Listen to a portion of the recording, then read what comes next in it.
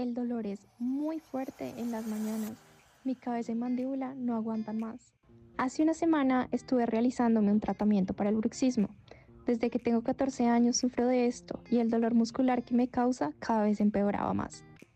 Me recomendaron este tratamiento que se trata de aplicar toxina botulínica en ciertas partes de la cabeza para relajar los músculos que por el bruxismo llevan 8 años súper tensionados y oigan, wow, había olvidado lo que era sentir los músculos relajados.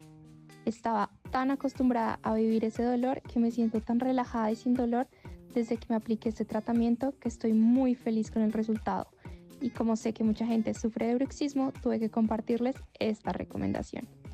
Yo me realicé el tratamiento en Cifel, me lo aplicó una de sus fisiatras y no me pude sentir mejor atendida.